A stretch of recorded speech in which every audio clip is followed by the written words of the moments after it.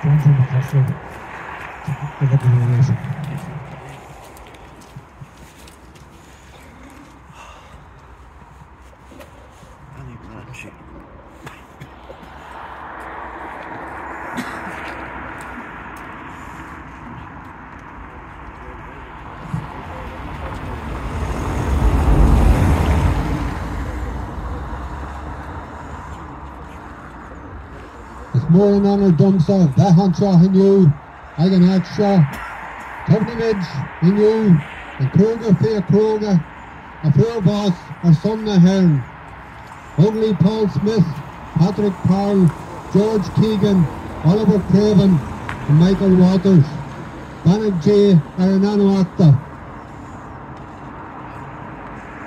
It is usual to look back at our history. We seek answers from our past experiences and from what we have read or heard. When I was growing up as a young boy, the Ireland of the 60s was quite different from today. Along with many other topics, we would also have heard of the partition of Ireland, of Sean South from Garryowen, Fergal O'Hanlon and the Edentubber Martyrs. I'll mention their names here.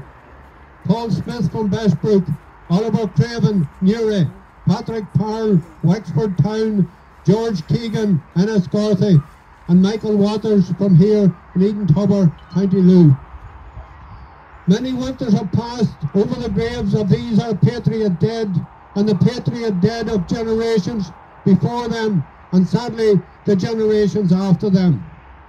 There have been many upheavals and splits in the Republican movement since then. One ponders to think where we might have found these men and the many others, men and women, boys and girls, who have fallen in the fight for Irish freedom since that faithful night of the 11th of November 1957. Historical events and the steady onward march of a nation is as sure and as certain as the seasons, be they good or bad. The Irish people will, I'm sure, continue to strive in all seasons for the republic envisaged by P.H. Pearse and his comrades in the proclamation of 1916. There must only be one event which allays the necessity for this movement to exist, and that is the eventual realisation of the 32-county republic.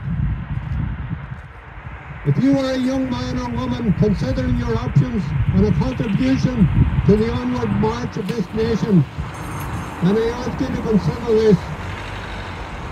The Constitution of the Republican movement is unblemished.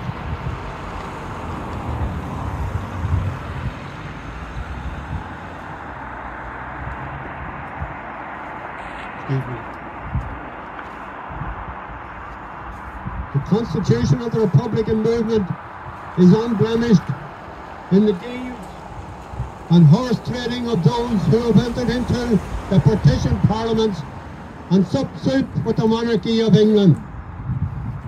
We are the challenge that John Hume was targeting when he said the two referendum are necessary to reverse the 1918 election. Those were the thoughts in John Hume's head that night after signing the Good Friday Agreement when they were stopping their ale in the bar at Stormont.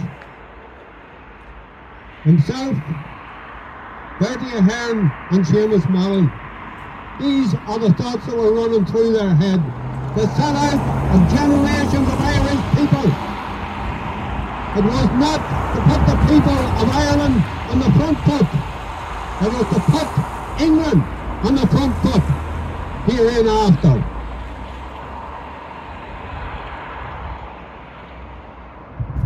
The two referendum, he said, are necessary to reverse the 1918 election.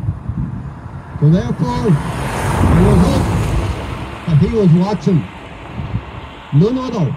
For those others had, like Fine Gael, Fianna Fáil, the Workers' Party and Provisional Sinn Féin, had already abandoned the All-Ireland Dáil. They had made their bed with England, and now they lie in it.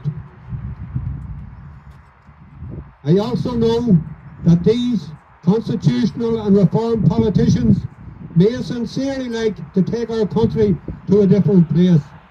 But even there, it shall be to the place the English have prepared for you. Currently, the English imperialists are waiting for the right moment to move on their next best position to adopt, which shall secure the Union for another 25 years. They will then have another best position to adopt, each time frustrating the will of the people of Ireland, each time frustrating any democratic effort which allows the Irish people their rights as a nation. It has been so